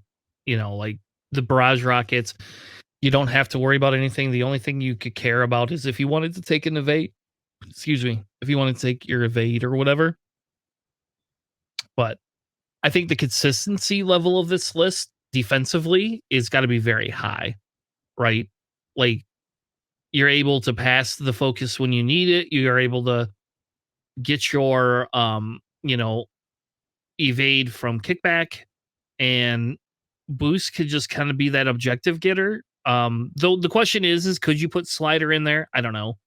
Um Boost I think lives longer than slider does, personally. But that's just me. Yeah, I mean, it's just a very efficient list just because, like, after Axe shoots as I3, you can like acquire a lock with someone in your side arcs with the Born for this ability. And when 5 of your ship, or well, 4 of your other ships have Born for this, it's your choice on who has a better shot. Probably like Oddball, because Oddball's not generating his own locks, or he can pass it. It works because Wolf will spend Jag's lock, Jag will acquire because someone's shooting next to him. I mean, just a lot of locks, a lot of focuses, a lot of evades, and tanky enough ships. That's pretty good on a lot of objectives. I mean, you got 3 medium bases in there for assault. That's rough. Yeah. Yep. All right. What did Isofing bring, Alex? It's a kind of similar list with Build Your Own Wolf, but not the same because now we got V Wings in there instead Yeah. of the Torrent. So it's also a 6-ship Republic list, but not anything like the last one. It has SOC Oddball and SOC Kickback, and Build Your Own Wolf with R4P, Veteran Tail Gunner, and Tactical Scrambler instead of like Expert Handling, which is typically what you'd see. Just so you can obstruct attacks, I guess. You have Click with R3, Marksmanship Bash, Config, and Seismic Charges. Probably target locking Wolf if you're really trying to go for those blocks and obstructions. You got Contrail with Crack Shot, R4P, the Bash Config, and Ion Bombs. And you got Broadside with Ion Cannon Turret and Proton Bombs. So it's just a lot of ions and crits in this list. And, Isophane's very, very good. So it's probably a list that most people aren't expecting to just run up against. The V Wings are fast enough, and there's enough defense in the list between Click, Kickbacks, Evades, and Born for this with Oddball that it can be defensive enough, and they have a lot of health. It's just like Ion controlled Broadside with the really accurate ion shots. You got ion bombs on Contrail. That seems just kind of like a pain in the ass list to go against. Yeah, so do you feel this list is better than the ARCs list? Or, I mean, I prefer guess, the last list, which is like, weird. I'm not sold on the build your own wolf either, I guess. I mean, it is nice to have that R4P, right? But I don't know about tactical scrambler. I guess you're just sticking wolf in the mix and hoping wolf doesn't die. Yeah, I mean, you have Click and like evades, right? Passing, so you can kind of get away with it. I wonder how much that tactical scrambler came into use. I mean, it's good if like you're head to head and you don't want to shoot the range 0 shot at Wolf.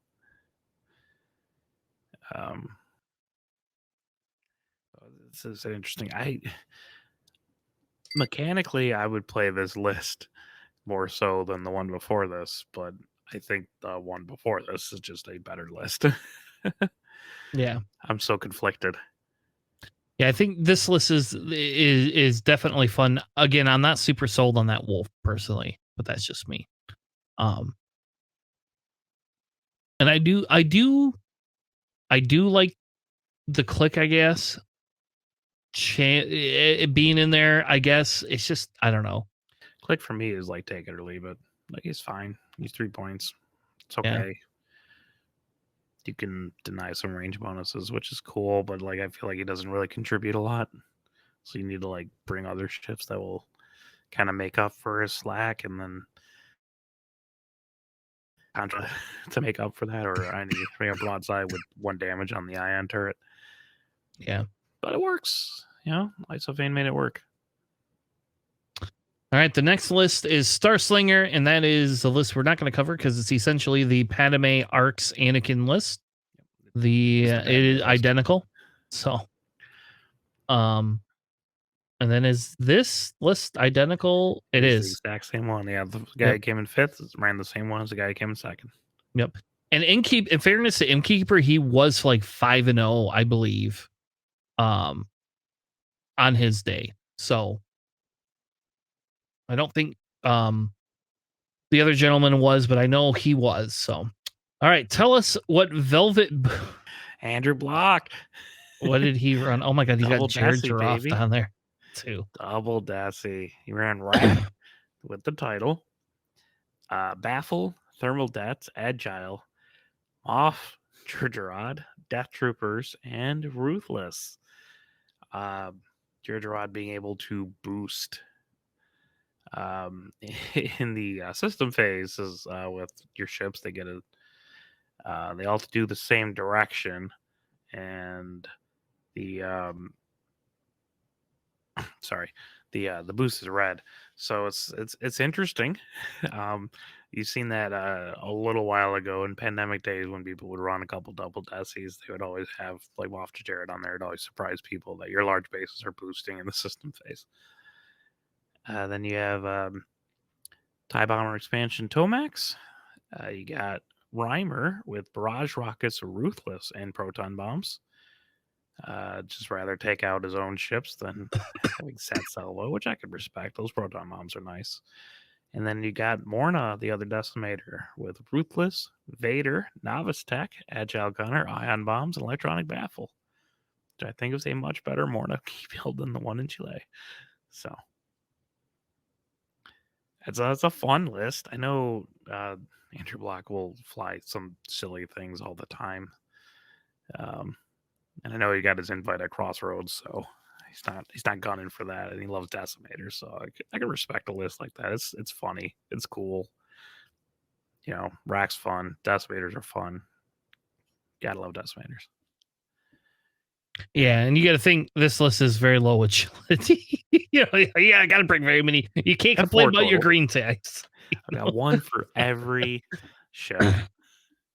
Like, unless you're shooting them at range 3, you don't have to worry about rolling green dice much. So, all right, the next one is Marcel made top 7. Marcel ran Anakin 7B with shield upgrade, R4P, and Daredevil. Oddball SOC. Build your own wolf with the same thing, R47P, VTG, expert handling instead of tactical scrambler. That's the more typical wolf build. Yeah. And we have Click with seismic charges, Besh, R3, and marksmanship, and Slider with lone wolf. Did you played Marcel? He was I playing did. this list, right? Yes. And I will say Slider spent most of its time doing objective stuff and basically said, "Hey, if you want to come kill me, you can." I did make an attempt to kill Slider with Mace in turn 2, and then basically when I got 0 damage through, just said, "Screw this, I'm going to move on." Like, whatever, I guess you could collect your 1 objective point. I think this list can do very well if you can pinpoint Marcel's tactics, where put the put the two the medium base ships together, the arcs together, put Anakin 7B somewhere in between where Anakin can focus on one side or the other, and then Click essentially, like, kind of like what you said earlier, Click was more of a support piece than anything else. I will tell you, my Anakin when I ran against him was Anakin Ada, the SLC one, and my R2D2 killed both of his seismic charges. And because I could bear, like, the way the order of operations are, you can get in there, get rid of it, and then if you could do whatever action you wanted, so I could fly and get behind an obstacle if I needed to, whatever I have to do.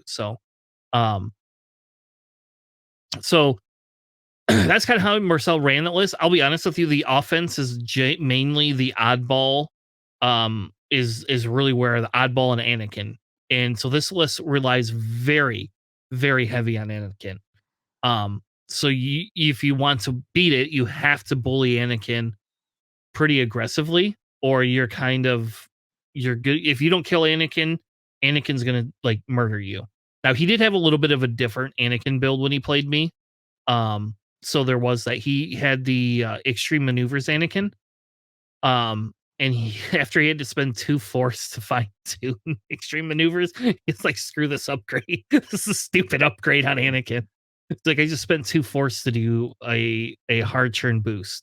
So um but yeah, I think overall this is, like, again, this is a little bit different style of playlist. This is definitely more not catering towards an ultra aggro list. You're but you are This list relies very, very heavily on Anakin, like, really does. So I Yeah, don't know. so it's I mean, any 7B Anakin list really relies heavily on Anakin. That's kind of the problem, right? But no, good on Marcel for bringing essentially 3 offensive pieces and then 2 support pieces. Yeah. Like I said, this to me, this list is it's definitely, like, a little bit different and fun to run. I think you could swap out Click and run something different in that 3-point slot. But you know, if only Anakin 7B was cheaper, right? If only it was cheaper. No, no, we do not need to make them 6. I know. All right, let's move on to Thomas Anonymous. What did Thomas run? He ran the same list from the Store Champ that JD was at. Oh, I think that's he was right. doing commentary. That's Kanan with the child, Magva, dorsal, electronic baffle, agile gunner, heightened perception. Evan Verlaine with selfless dorsal R4. Boy Luke, Sabine and TIE Fighter with Lone Wolf, and then Keo with Predator, concussion missiles, and vectored thrusters. We spoke about this last week. The target priority is really funny because Evan can like spend the focus, right? Give Kanan an agility if need be. Uh, what do you do? Like you shoot Kanan, and then he gets a lock on you. He's got the child. He's got 2 force. If you shoot someone else, he's reducing your agility dice. Oh, he's got the child, so he has 4 force. My mistake. Um, and it's just like it's a tough nut to crack. The target priority is all jacked up, and it's pretty funny. Um, it's a cool list. I wouldn't fly it, but it's kind of fun. I can see it being like super silly. So All right. Moving into top 16, we have Crazy Game with another very similar Empire list that we've seen the rack before. list that we see Um, everywhere. yep, the one that we just talked about earlier tonight. So it's the Rack and Faroff, Deathfire, Reimer, and Tomax list. So we don't probably need to cover it. Uh, yeah, I guess we could cover the next. The next one is again like it's the Fen Han Luke list that we've kind of seen. The only real difference here is Fen is Predator Crack Shot, Beskar Fen versus that Mando Optics that we usually see. And Keo as Juke which is still a solid upgrade for that. Yeah, especially in this list where you have a ton of offense in it. This list is like a very big aggro type list, and then Keel. If you shoot Keel and he has to spend his evade, he doesn't care. Like Keel doesn't care. Keel is like whatever. I'm Yeah. just gonna do me. Um, Number the 11, next, yeah, same number rack 11. list. That's been popping up. Well, okay. So this one's slightly different. They didn't take Fair off. They took Jonas instead. Yeah, And actually they took because they have Jonas, they have like Barrage Rocket. Barrage Rockets, Tomax, customizable, and Barrage Rockets Rhymer. It's the same thing. It's instead of Fair off, you bring Jonas. I don't like that swap out, although it is kind of funny flying for TIE bombers. I think Fair off is just more Is it better? versatile, Yeah. but it does hit it really hard. But number 12, Moose Baka. You got it's a slightly different 5T70 list. Well, first of all, it starts with Zori, right? Plasma Dorsal R4, the typical loadout. You got Predator Crackshot Jamming Beam LO, though. It's Where's my very Swarm Tactics? well, you're talking about I earlier about know. on Yeah. LO, so there you go. Uh, the interesting one, you got Kari Kun with BB-8 and Predator, so you can do that one hard system phase boost, which is always fun. You got Snap Wexley and probably his most common build, R68 HLC, and then you got Veniza Doza with Barrage Rockets Marksmanship. I do like that Kara though, right? I do. It's weird not seeing Jess in this list, and I think Jess just I I don't think know. you should either replace Veniza or Dory with Jess for sure. Yeah, Probably Veniza because you could just run Jess next to Zori, yeah. which is really silly. But yeah, But no, I I do mean, like that Kara though. That's definitely a little bit different of a take. We haven't seen a lot of Karas running that specific typically you build. see like afterburners, but also, but that one hard boost in the system phase to a Talon roll puts you in really funny places. Yeah, you're like a Kara that says, "I don't care. I don't care. I'm I'm gonna doing do a what I want." sideways U-turn now. Yeah. Like I don't know if I could run that Kara though. I think I would struggle. I would probably hit a lot of things. All right, the next one, number 13. It's kind of like a hodgepodge list. Somebody said I want to blink a black Squadron Ace. So they got pay to play Vader, pay to play Tomex, right? Then we have Major Reimer with ion bombs, barrage, and Sat Selva. Then we have sensitive controls, Larir, and targeting computer, and and ruthless. They took they looked at Laurier and they're like 6 points of loadout. What if I just use 2? Exactly, and which is weird. Like I don't, whatever. I mean, They filled up every slot for what it's worth. yep, and I don't know. The sensitive controls is funny with Larir though, because it is that weird bendy barrel roll-ish type thing, right? Bendy backwards roll into a 2 hard is super fun. So I can see that being gimmicky enough to do well, right? If it's gimmicky enough that you can actually get weird things off with this, I think that's where it is. But then they have a Black Squadron Ace, and then they have Deathfire, the pay to play Deathfire, right? So it is 6 ships. It is definitely 6 ships, but you could take that 2 points and put them into something else if you wanted. I don't know. Yeah, it's kind of like a hodgepodge between like Vader bombers and then like a couple other, just like we're gonna put in there.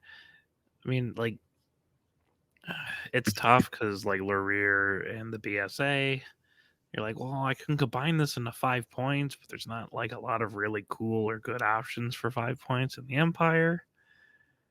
So I don't know. I mean, like, what else would you even run in that spot? I guess like honestly, Ubo might be an interesting choice, or like Grand Inquisitor, but yeah, I think Grand Inquisitor is a great spot in there. But it's the same thing. You could do something different with Larir too. You could bump Larir up a point and then put 2 4 points in there if you wanted, right? And that's what we've seen before. Oh, you could put Faroff in there at 4 points, right? And then again, you're down to the 5 ships, though, right? So I don't know. That's kind of because Larir could become what's the Volt could become Volt, which I think we need more Volt testing to see if Volt's good or not. Still not. Oh, okay. I don't. People played a lot of Volt. I don't get it. I don't think Volt's that great.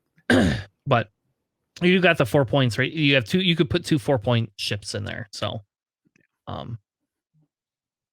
don't know. Rampage. You put Rampage. Rampage and Faroff. There you go. There you go. Oh my God, that would be awful. Everybody's gonna bump in heaven. All right, what's the next list by Josh Taylor? So, this is a 5-ship resistance list, and it's not quite exactly 5 T70s. It's kind of like 3.5, 4-ish. So this one has 9 of the heroic pattern analyzer Magpulse, Magpulse NBB8, which is pretty interesting. You got Elo with heroic marksmanship Ferrosphere R4.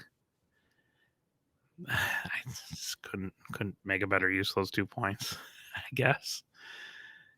You got Snap with R68 HLC. You don't need marksmanship.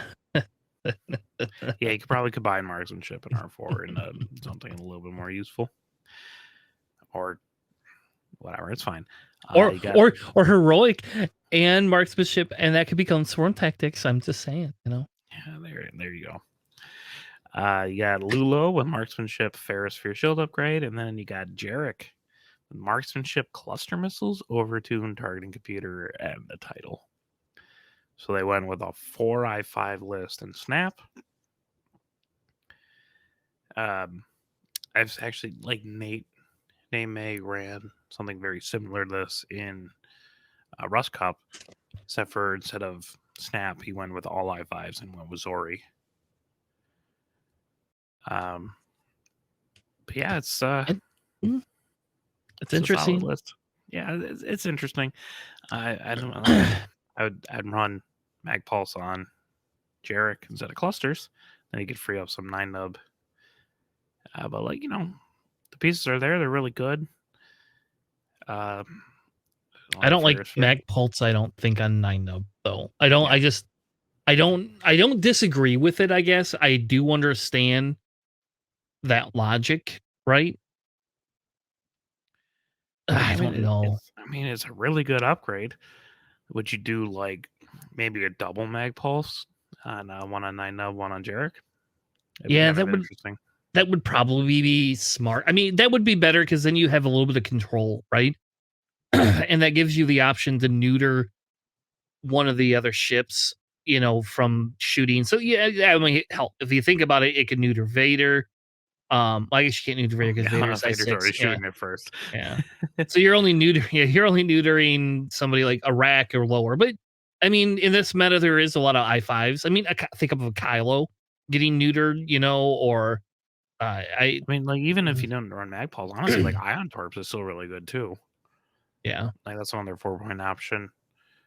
Um, you can do like Magpulse Jarek and Ion Torp 9 nub, and you're just like really messing with people at that point. yeah. But cluster missiles shoot a lot of dice. That's always fun. Yeah, people love their cluster missiles. It is weird to see a cluster missile and then a mag pulse on another ship, though. I'm not sold on Neonub with mag pulse personally. So, but Yeah, it's definitely an interesting list, and it's pretty cool. I mean, I love me some Lulo. Finally, happy that he's in a lot more lists. yeah, that Ferris Fair paint is kind of cool tech on him to some extent, right? Or her, because you have to think about if you want that target lock or not. You know, Yeah, it's very Stanley Dusky. We were talking yeah. about Ferris Fair again at the tournament yesterday. The next list is the Padme list that everyone's been flying. So if you want to go on to the last Yeah. last of the top 16 here. We have another rack list because everybody likes rack right now. As with they should, as is the Michigan tradition. Jeez. Rack with Ruthless, Vader, Death Troopers, Agile Gunner, Electronic Baffle, Dauntless. Now we have Build Your Own Telmax Pen or Tomax Bren with Feedback Ping, Barrages, and Seismics. I'm actually a little surprised we don't have a bomb on Rack 2, actually. Then we have Reimer with Feedback Ping, Cluster Missiles, Skilled Bombardier, and Proton Bombs. I'm not okay. I'm not sold on that build either. I like Feedback Ping, but I don't like cluster. I guess Reimer Oh, cluster missiles though at Feedback Ping I3, cluster right? missiles is Or actually range really 3. good on Reimer. Just to Yeah, shoot two people next to each other at range 3. yep. So I guess I could see that piece of it, for Reimer, but then we had not build your own, the pay to play Deathfire and 2 Black Squadron Aces because they wanted 6 ships instead of putting those 2 4 points together. So yeah, I don't know. It's a 6-ship list. It's not the tanky 6-ship list, and this definitely is not going to hit as hard, in my opinion, as some of the other lists that we've That's a fair seen are. observation. Yeah. But it is interesting. Yeah, that Feedback Ping with the launch off Deathfire is pretty nice. Yeah. I think cluster missiles Feedback Ping Reimer is a little bit underrated. I'm not sure about the Skill Bombardier Proton Bombs. It does like having the 2 banks is really fun for proton bombs. I can respect that. And you need more ways that the do feedback ping. It's just ion torps or plasma torps, sorry, are really really good. Mhm. So you've seen like feedback cluster missile ion plasma torp Reimer before, and that's something to consider. Yeah, and I think I think this is just a different option, right? It's the different build. It's not going to be as aggro, and I think this one becomes a little bit more matchup dependent per se than some of the other rack lists that we've seen. So this list would hate jam with a passion. This list would like insanely hate anything jamming. Yeah, you what if know. you ran like 2 mag pulse missiles at I-5, you know? I Yeah. mean, Well, there you go. There maybe we should be anyway. Resistance getting double mag pulse off is crazy, right? So well, all right. Tonight was fun. We went over some lists.